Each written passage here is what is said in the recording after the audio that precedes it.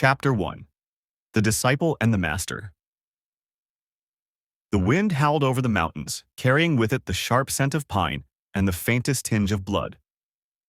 At the foot of the secluded valley stood a young boy of 18. Han FengBin, heir of the Han clan, his black eyes wide with both fear and determination. His clan elders had bowed before him that morning, pressing his shoulders with a burden he was far too young to bear. From today, his uncle had said, you will serve under Li Shenlong, the world's greatest medicine master. Learn his ways, study his art, and return to raise the Han clan's prestige. And so FengBin was sent away from familiar walls, into the depths of the forest where few dared tread, the first meeting. At dusk, he reached the foot of a quiet courtyard, its wooden gate slightly open. A man stood within, his back to the boy, robes the color of midnight trailing across stone tiles. Long dark hair spilled down like a river of ink, and his every movement radiated an otherworldly grace. You've come. The man's voice was low, calm, yet carried a weight that froze FengBin's feet. You are Master Li Shenlong, FengBin stammered. The man turned then, his gaze sharp and fathomless, golden irises glinting like twin lanterns in the dark, his lips curved in a faint smile, gentle yet dangerous. I am, and from this moment you are mine. FengBin's heart skipped a beat at those words. His? Why did that sound less like acceptance and more like possession? Becoming his disciple. The days that followed were a blur of discipline and wonder. Li Shenlong taught him the delicate balance of herbs, the art of mending bones and stitching wounds, the mysteries of qi that flowed like rivers unseen. Yet alongside medicine, Shenlong placed a blade in FengBin's hands, guiding his stance with hands warm and steady. Again, Shenlong's voice would echo the courtyard at dawn. Your wrist is weak. If you hesitate, your enemy will take your head. And when FengBin faltered, Shenlong's fingers would curl over his own, correcting the motion, lingering too long, too close. FengBin would look up, his breath catching, only to find his master's unreadable gaze fixed on him. He told himself it was respect. He told himself it was admiration. Yet the fire that burned in his chest each time his master touched him said otherwise. The secret truth. Months turned to years. By then, FengBin knew what no other disciple, no other clan could ever dream. Li Shenlong was no mere healer. He was the supreme lord of the demonic clan, ruler of shadows, wielder of forbidden arts. FengBin had discovered it by accident. One night, he had risen to fetch water and wandered too close to the forbidden hall at the back of the courtyard. Through the crack of the doors, he had seen his master clad in black armor, demonic sigils blazing across his body as he bent dark qi to his will. FengBin had frozen in terror. But before he could flee, Shenlong had spoken without turning his head. You saw. FengBin had dropped to his knees trembling. Master. Instead of anger, Shenlong's lips curved into the faintest smile. He approached, tilting FengBin's chin up with one long finger. Does it frighten you, little one? No, FengBin whispered, though his voice shook. I don't care what you are. You're still my master. You, Shenlong's gaze softened. Dangerously so.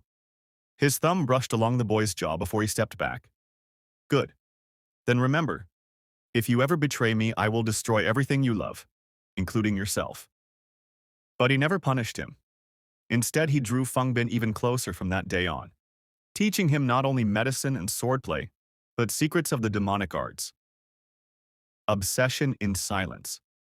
Years passed.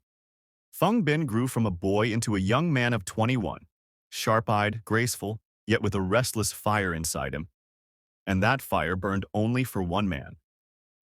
He never spoke his feelings. How could he? He was a disciple. Shenlong was a master above heaven and earth.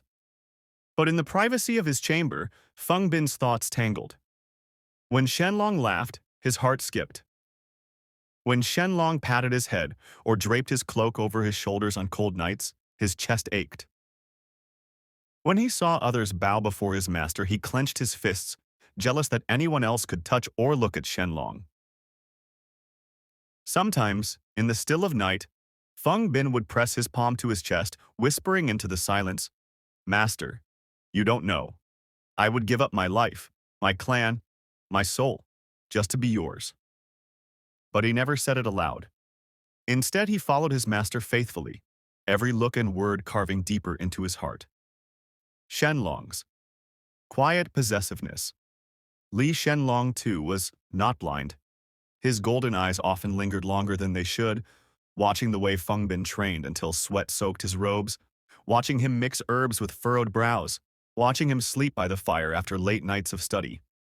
When outsiders came seeking his medical aid, Shenlong would make sure FengBin stayed within sight.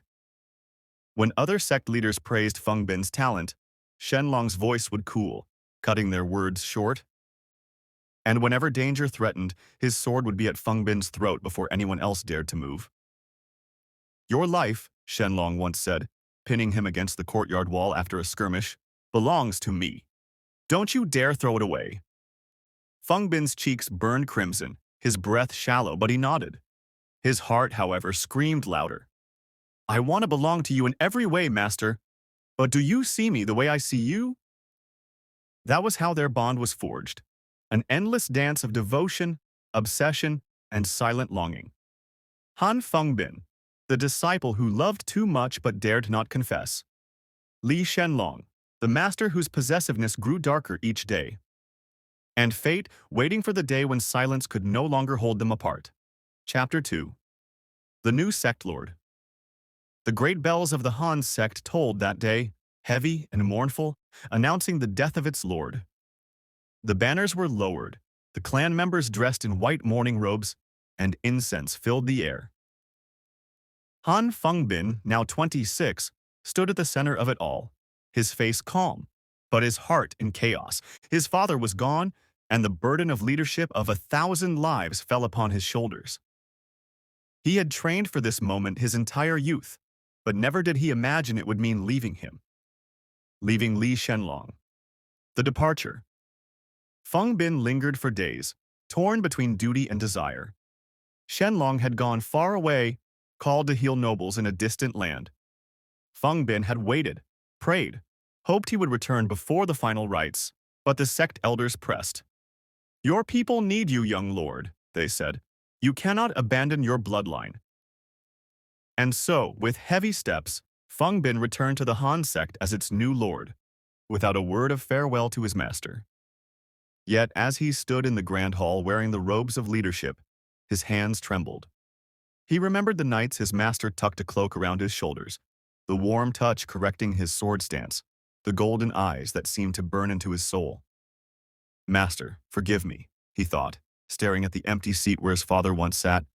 "I must stay, but in my heart, I am still yours." Shenlong's return. When Li Shenlong returned weeks later to his secluded valley, he immediately noticed the absence. No footsteps in the courtyard, no faint hum of a young disciple brewing medicine at dawn. Empty. "FengBin?" His voice echoed against the silent halls. The truth reached him quickly. His disciple, his treasure, his only one, was gone. Gone without word, without goodbye. Shenlong's chest tightened, his calm mask cracking. He clenched the edge of the wooden door until it splintered in his grip. Without hesitation, he set out for the Han sect. The confrontation. The Han sect's gates opened before the man revered as the greatest healer in the land. The elders bowed low, both honored and fearful, but Shenlong ignored them all, walking straight into the Lord's hall. There, seated upon the Lord's throne, was FengBin, clad in white and silver, the weight of leadership draped across his shoulders. For a moment, FengBin could not breathe. His master stood before him, tall, cold, his golden eyes piercing through the distance. "Master," his voice trembled. Shenlong's lips curved faintly, but it was not warmth. It was disappointment. "You left." FengBin rose, his fists clenched. "My father is dead. I am the only one left to protect my clan. You belong with me." Shenlong's tone cut like a blade. "I raised you, taught you, sheltered you. Yet you chose to walk away without a word. The room grew suffocating. Sect elders trembled, sensing the dangerous aura rolling off the man. FengBin's heart twisted. I never betrayed you, master. But my duty— Duty? Shenlong's voice darkened. What of your duty to me? Did you think I would accept this? That I would simply let you go? The wound. FengBin fell to his knees, lowering his head. Please, master, understand me. I cannot abandon my people. I prayed you would see this, not as betrayal, but as responsibility. Silence. When he dared to lift his eyes, Shenlong's face was carved in stone, gaze unreadable yet heavy with disappointment. For the first time, those golden eyes looked at him not with doting affection, but with a distance that made his chest split apart. That look became a wound deeper than any blade. Disappearance, Shenlong turned. Without another word, he left the hall. Master! FengBin's desperate cry rang through the courtyard, but the man never looked back. From that day on, Li Shenlong vanished. No trace, no shadow, no rumors of his healing hand or his demonic power. It was as if the world had swallowed him whole. And FengBin. Every night, the young sect lord searched. He sent spies to distant cities, scoured mountains, followed rumors, begged information from travelers. He even snuck out of his sect at night, wandering through forests and valleys, just for a glimpse of that familiar silhouette. But he never found him. What remained instead was that last gaze, his master's eyes, cold with disappointment, etched forever into his heart. A wound he could neither heal nor bear. Thus, the bond between master and disciple, once unbreakable, now stood in ruins, tainted by duty, obsession, and betrayal. But obsession never dies so easily. Chapter 3. The Abduction. The years passed, but the wound in Han FengBin's heart never healed. 3 winters had come and gone since Li Shenlong vanished from the world, leaving behind nothing but silence. As the lord of the Han sect, FengBin fulfilled his duties, commanding his people, forging alliances, and protecting his clan. Outwardly, he was calm and unshakable. Inwardly, he was hollow. Each night when the halls emptied and the candles burned low, he would stare at the moon and whisper, "Master, where are you?" But no answer ever came. The return. It was on a storm-tossed night that everything changed. FengBin was returning from a council meeting when shadows moved within his chamber. Before he could draw his blade, a cold hand caught his wrist, twisting it behind his back with effortless strength. His breath hitched. He knew this touch. He had dreamed of it, yearned for it, cursed himself for missing it. "Master?" A voice, low and dark, whispered at his ear. "You thought you could escape me, FengBin." FengBin froze. His heart leapt and broke all at once. Turning his head, he met the golden eyes that haunted his every night. Li Shenlong stood there, robes black as ink, aura suffused with a power more oppressive than ever. His gaze devoured FengBin, sharp and hungry, as if 3 years of restraint had burned away to nothing. The capture. Before FengBin could speak, Shenlong pulled him close, pressing his lips against FengBin's temple with possessive finality. "You dared to leave me," Shenlong murmured, voice trembling with suppressed fury. "I let you go once. Never again." In a blur of motion, FengBin was lifted into Shenlong's arms like a bride. His protests echoed through the silent hall. "Master, put me down. I am the sect lord now, my people. They are nothing compared to you." Shenlong's eyes glowed faintly, his demonic aura suffocating the room. "I disappeared to prepare FengBin. I searched for the forbidden knowledge. I bled. I killed. I sacrificed. All to claim you as mine for eternity." FengBin's heart thundered. "What? What do you mean?" Shenlong smiled then, dark and triumphant. "The demonic blood bond ritual. Tonight, you will be bound to me, for eternity. You will be my mate, my disciple, my husband. There will be no escape." The ritual. They vanished into the night. When FengBin awoke, he found himself in a secluded cavern lit with blood-red candles, the air thick with incense and demonic energy. Strange sigils pulsed on the floor, and in the center stood Shenlong, his robes discarded for ceremonial garb etched with runes. "Master," FengBin whispered, heart racing. Shenlong extended his hand. "Come." FengBin trembled. He resisted, stepping back, testing his master's will. "And if I refuse?" Shenlong's eyes narrowed, but his voice was tender in its cruelty. "Then I will still bind you, even if I must shatter your soul and rebuild it as mine. FengBin, you were never meant to leave me. Don't pretend otherwise." FengBin's knees weakened. He had yearned for his master for years, searched endlessly, and now he was here, holding him again. His resistance was only a fragile mask. "But still," he whispered, "I hate you. You left me to suffer." Shenlong's gaze softened, dangerously so. He approached, cupping FengBin's face with both hands, his thumb brushing against trembling lips. "I left to become worthy of keeping you, to learn the ritual that would chain you to me forever. My absence was not abandonment. It was preparation. Every moment apart was agony, but it will never happen again. You are mine, bound for eternity." The ritual began. Blades cut into their palms, blood dripping onto the runes that flared with crimson light. Shenlong pressed their hands together, their blood mingling, flowing into the sigils. Dark chi surged around them, binding, sealing, entwining. FengBin's body shook, pain lancing through his veins. But through the torment, his heart swelled. His master's eyes never left him, blazing with obsession and devotion. When it ended, he collapsed into Shenlong's arms, gasping. The sigil burned faintly at his wrist, the mark of eternal bond. Shenlong kissed his forehead, his voice a vow. "Now, even death cannot part us." Reluctant relief. FengBin's lashes fluttered. He wanted to curse him, to scream, to say he was forced. Yet instead, his arms trembled and clung to Shenlong's robes. I thought I would never see you again." His voice cracked with unspoken longing.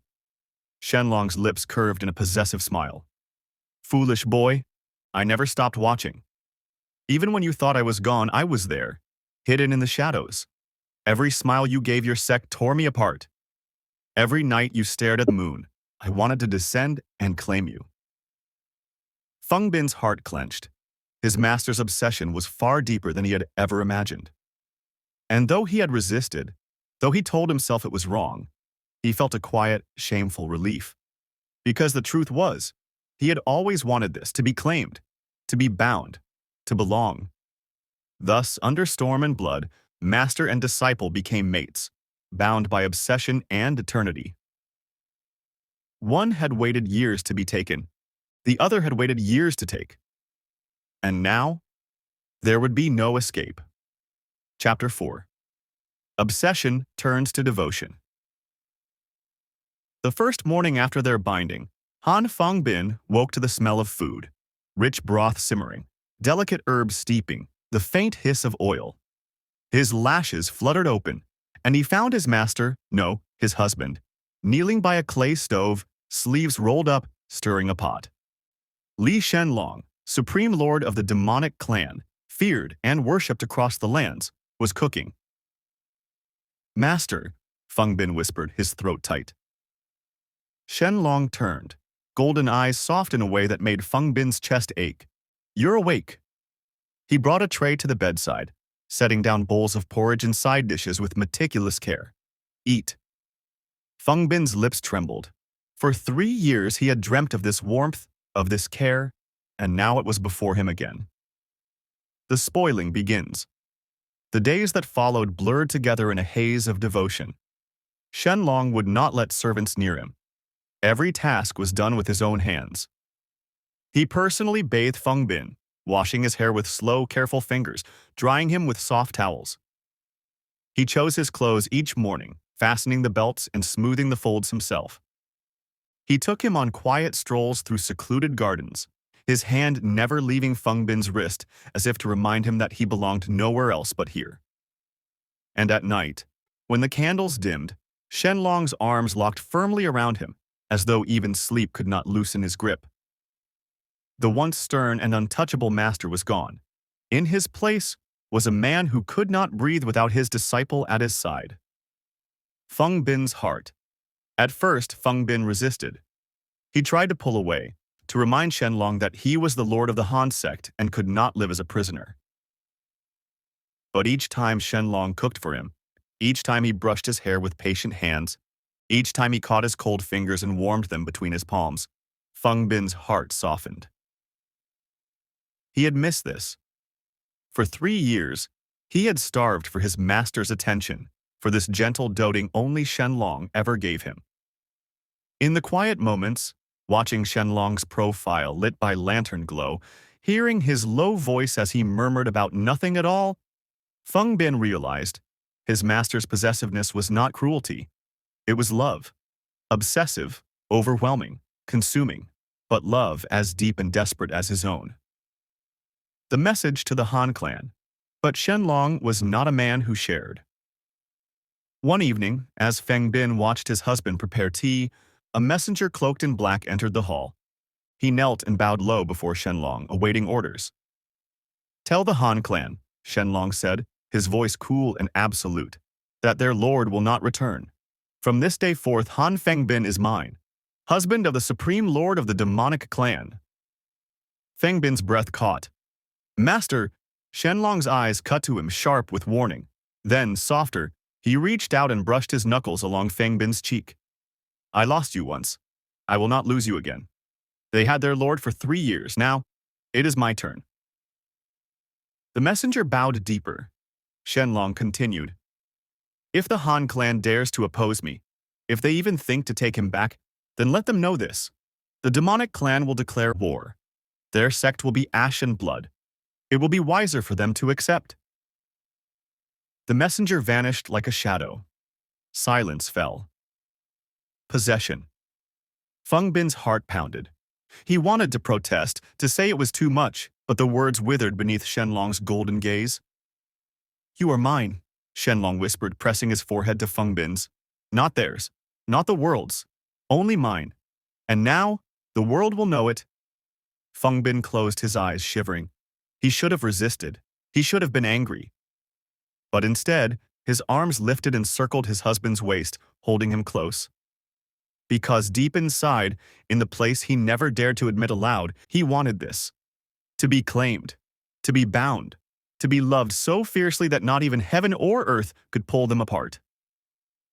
Thus, the once cold master became a man hopelessly devoted to his disciple-turned-husband, and the sect lord who once belonged to his people now belonged only to him. The world could call it obsession, but to them, it was love. Plot 5. Confession, pregnancy, and happy ending. The passing months were like a dream. In Shenlong's secluded demonic palace, the days stretched golden and serene, filled with indulgence and quiet intimacy. FengBin, though initially restless, had grown accustomed to waking beneath the same roof as his master, no, his husband, each day. Shenlong spoiled him to the point of embarrassment, preparing meals with his own hands, ensuring the bathwater was always the right temperature, and hovering near his side with a possessiveness that left no space for anyone else. It was within such days that FengBin discovered a change in himself.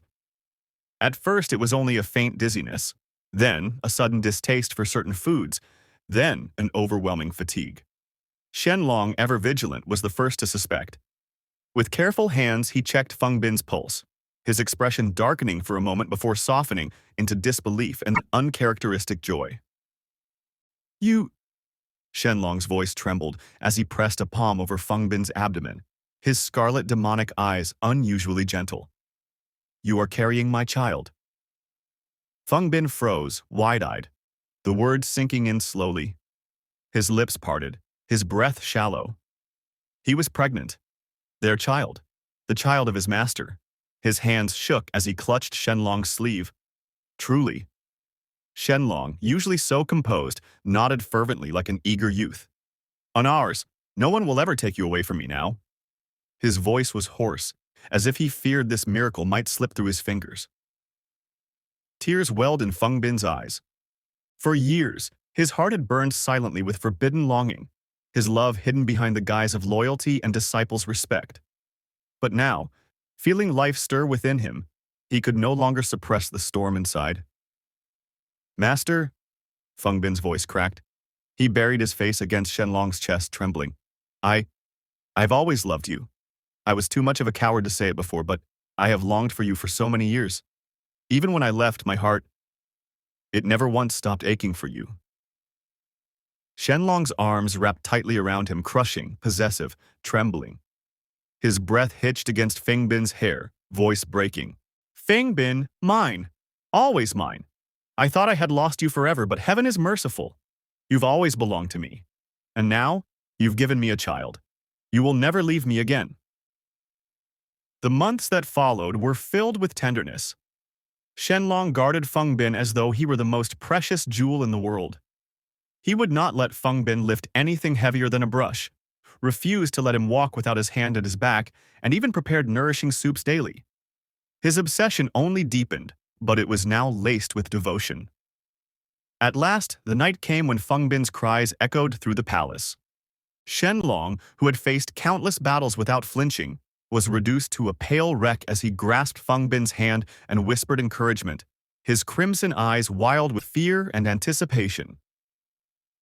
After hours of struggle, the first cry of their child pierced the silence. A son, with soft black hair and eyes that glimmered faintly with red, an omen of both his father's demonic bloodline and his mother's human resilience. FengBin wept as the babe was placed in his arms, his heart overflowing with joy. "He's perfect," he whispered, kissing the tiny forehead. He looked up at Shenlong, eyes shimmering with devotion. "His name? Let's call him Li Rui, a new beginning." Shenlong gazed at the two most precious beings in his world, his beloved disciple, now his husband, and their child. A dangerous smile curved his lips as he stroked FengBin's hair. "Rui, our heir. He will inherit everything from me, strength, power, and the world itself." His tone was sharp and dangerous, the same ruthless Supreme Lord who terrified the cultivation world. But when his gaze returned to FengBin, it softened unbearably. "But above all, he will know love, because you, FengBin, are my heart." FengBin leaned into him, exhaustion heavy but soul brimming with happiness. "Then we will raise him together. Always." Shenlong bent down, capturing his lips in a kiss that was both sealing vow and consuming claim. "Together, for all eternity. You and Rui are mine. No one will ever take you away." And so, in the heart of the demonic palace, where fear and reverence surrounded the Supreme Lord, the once untouchable master now lived a life of quiet bliss, dangerous to the world, yet utterly gentle to his family. Theirs was a marriage born from obsession and possession, yet it had blossomed into a bond of eternal love.